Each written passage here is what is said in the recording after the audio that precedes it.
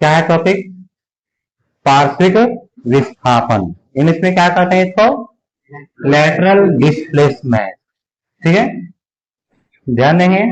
जब प्रकाश की किरण जब प्रकाश की किरण किसी आयताकार कांच का स्लैब मीन समझते हैं, सिल्ली, जैसे बर्फ का सिल्ली होता है कि नहीं, उसी प्रकार से जब कांच के स्लैब में कोई प्रकाश का किरण आपतित होता है तो इसमें कितना बार अपवर्तन होता है? 2 बार अपवर्तन। ठीक है, पहली बार जब यह प्रकाश की किरण उस कांच के स्लैब में प्रवेश करता है तब, और दूसरी बार जब उससे फिर वापस बाहर निकलता है तब। यहाँ पर देखेंगे ऊपर में माध्यम क्या है? वायु है। ठीक है, यहाँ पर माध्यम क्या हो गया? कांच हो गया, और फिर से नीचे में माध्यम क्या है? वायु। ठीक है, अर्थात प्रकाश यहाँ पर 3 माध्यम से होकर गुजर। कितने माध्यम से? 3। पहले वायु में, फिर कांच में, और उसके बाद पुनः फिर से वायु। ठीक है, यहाँ पर इस स्थिति में क्या होता है एक बार फिर से आप लोग देख सकते हैं। ठीक है, जब प्रकाश की किरण को क्या करते हैं?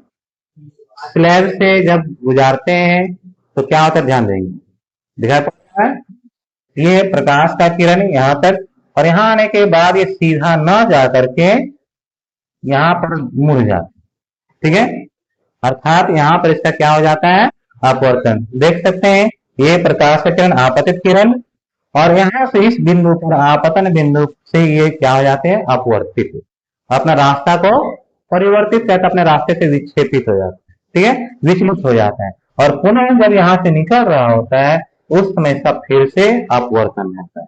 ठीक है, इस प्रकार से इस पूरे घटना में प्रकाश का कितनी बार अपवर्तन हुआ? 2 बार अपवर्तन हुआ। ठीक है, अब इस किरण को क्या कहते हैं? आपतित किरण। और आपतित किरण पहली बार ये वायु से किसमें प्रवेश कर रहा है? कांच में। ठीक है, दोनों में से आपको बता चुके हैं कि कौन सघन माध्यम है और कौन विरल माध्यम। कांच सघन माध्यम है और वायु, कांच का अपवर्तनांक वायु से अधिक है।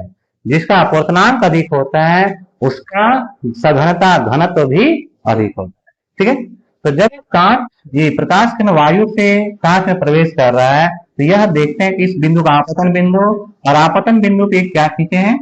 अभिलंब।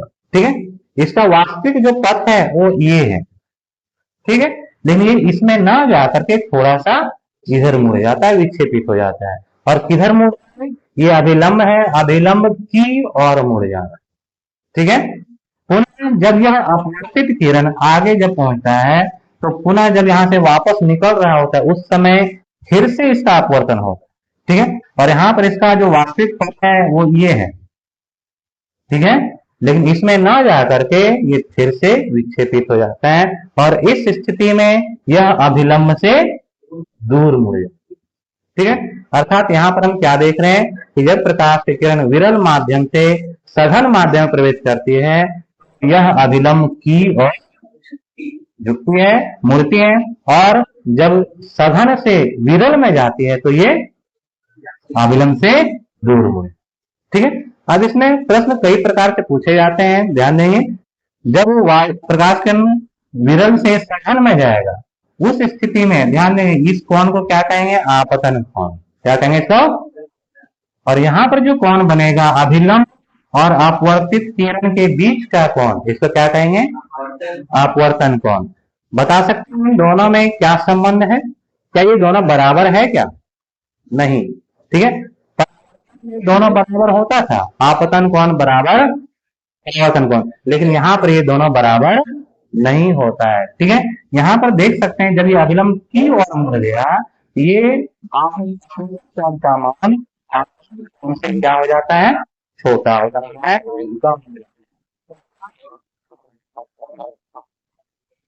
जब प्रकाश किरण से सघन उस समय आई, ठीक है, कौन आई है वह कौन आर से क्या होगा? बड़ा। यानी कौन आई जो होगा वह बड़ा होगा किससे? आर से। यानी आपतन कौन अपवर्तन कौन से बड़ा होगा। दूसरा स्थिति में देख सकते हैं जब सघन माध्यम से विरल माध्यम में जा रहा है, जब कांच से पुनः बाहर निकल रहा है उस समय ये है आपतन कोण। ये क्या है? आपतन कोण। और ये क्या है? अपवर्तन कोण है। ये अपवर्तित किरण और अभिलंब अपवर्तित किरण के बीच का कोण को, ठीक है, अपवर्तन कोण कहते हैं। और यह भी यहाँ पर देख सकते हैं कि दोनों में कौन बड़ा है? अपवर्तन कोण बड़ा है, आपतन कोण छोटा। अर्थात जब प्रकाश किरण सघन से विरल में जाएगी उस स्थिति में जो अपवर्तन कोण और आपतन कोण में जो संबंध होता है वह क्या होता है? हाँ, जो आपतन कोण होता है वह अपवर्तन कोण से छोटा हो जाता है। ठीक है, इसको ध्यान रखना। प्रकाश किरण जब विरल से सघन में जाएगा इस स्थिति में बड़ा कोण आई, यानी आपतन कोण बड़ा, अपवर्तन कोण छोटा। और जब सघन से विरल में जाएगा उस समय अपवर्तन कोण बड़ा और आपतन कोण छोटा। ठीक है, अब इसी को ध्यान से देखेंगे। प्रकाश किरण इधर जा रहा है, यदि ये स्लैब बीच में नहीं होता ये कहाँ निकल जाता? यहाँ। ठीक है, अर्थात मान लो यहाँ पर कोई एक वस्तु है, ठीक है, ये कोई एक वस्तु है, यदि ये बीच में स्लैब नहीं रहता तो हम यहां से यदि देखते, ठीक है, ये मान लेते आंख है, यहाँ पर यदि आंख रहता, नजर रहता तो हमें यह वस्तु यहाँ पर दिखाई पड़ती। ठीक है, लेकिन स्लैब के कारण अब प्रकाश किरण यहाँ पर नहीं आ रहा। इस वस्तु से निकलने वाली प्रकाश किरण है हमारे आंखों तक नहीं पहुंच पा रहा है, इस कारण से हमें यह वस्तु दिखाई नहीं पड़े। ठीक है, अब होता क्या है ध्यान दो, यहाँ पर दो परिवर्तन हुआ और यह इसका वास्तविक रास्ते से, वास्तविक पथ से विक्षेपित होकर के इसके समांतर थोड़ा सा बगल से आ रहा है। ठीक है, अर्थात ये है आपतित किरण का दिशा और ये है निर्गत किरण। आ रहा था इधर से लेकिन निकलेगा यहाँ से। ठीक है, तो ये है निर्गत किरण का दिशा और जो आपतित किरण था यहाँ पर निकल रहा है। अर्थात इस वस्तु को देखने के लिए हमें अपना नजर कहाँ रखना पड़ेगा? यहाँ पर रखना पड़ेगा। यानी जब यहाँ पर हमारा आंख होगा तब हमें यह वस्तु दिखाई पड़ेगा।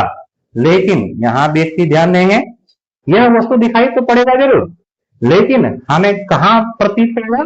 जैसे प्रकाश के निकलता हुआ यहाँ से आएगा, ठीक है, और हमें कैसा महसूस होता है कि प्रकाश किरण हमेशा कैसे चलता है? एक सरल रेखा में, सीधा रेखा में। ठीक है, यहाँ से प्रकाश किरण निकल रहा है, लेकिन जब हम देखेंगे तो हमें ऐसा महसूस होगा कि प्रकाश किरण कहाँ से आ रहा है? इस बिंदु से, न कि इस बिंदु से। ठीक है, हमें कैसा प्रतीत होगा? ये जो प्रकाश किरण निकल रहा है तो यहाँ से नहीं बल्कि यहाँ से आ रहा है, इस बिंदु से आ रहा है। अर्थात यह जो वस्तु था वो हमें अपने वास्तविक स्थान पे न दिख करके उससे थोड़ा सा विस्थापित होकर के बगल में दिखाई पड़ेगा। यह है वस्तु का वास्तविक स्थिति। लेकिन यदि बीच में शीशा है, स्लैब है कांच का, तो हमें वह अपने वास्तविक स्थिति से थोड़ा सा बगल में दिखाई देता है। तो इसी जो गैप है, ये आपतित किरण और निर्गत किरण के बीच का जो गैप है, खाली स्थान है, इसी गैप को ही क्या कहते हैं? पार्श्विक विस्थापन, लैटरल डिस्प्लेसमेंट कहते हैं। ठीक है, यानी आपतित किरण का दिशा और निर्गत किरण, इन दोनों के बीच का जो गैप है, खाली स्थान है, दूरी है, इसी को पार्श्विक विस्थापन कहते हैं। यहाँ पर वस्तु का वास्तविक स्थिति और वस्तु का आभासी स्थिति, इसके बीच का जो गैप है, इसी को क्या कहेंगे? पार्श्विक विस्थापन कहेंगे। ठीक है, अब इसमें एक ही कंफ्यूजन होता है, इसके पहले हम एक टॉपिक और पढ़ चुके हैं इसी के जैसा, कुछ याद आ रहा होगा? पार्श्व परिवर्तन पढ़े क्या? ये दोनों एक ही है? नहीं, ये दोनों अलग अलग है। पार्श्व परिवर्तन क्या है बताओ? ये समतल दर्पण में या किसी भी प्रकार का दर्पण में यह प्रतिबिंब हमेशा लेफ्ट के राइट को और राइट का लेफ्ट को दर्शाता है, उसको कहते हैं पार्श्व परिवर्तन। तो ये दोनों अलग अलग है, ध्यान रखना। कुछ लोग दोनों को एक ही मान लेते हैं, कहीं परीक्षा में पार्श्व परिवर्तन पूछता है तो इसका आंसर लिख देते हैं, ये पूछता है तो ये लिखते हैं। ये दोनों अलग अलग है, पार्श्व परिवर्तन अलग है और पार्श्विक विस्थापन अलग। ठीक है, तो पार्श्विक विस्थापन के कारण कोई वस्तु अपने वास्तविक स्थिति से थोड़ा सा विस्थापित होकर के दिखाई पड़ता है। और सेम इसी प्रकार का घटना यदि कांच खिड़की का जो शीशा है मोटा हो तो हमें वस्तु अपने वास्तविक स्थिति से थोड़ा सा बगल में दिखाई पड़ता है। ठीक है,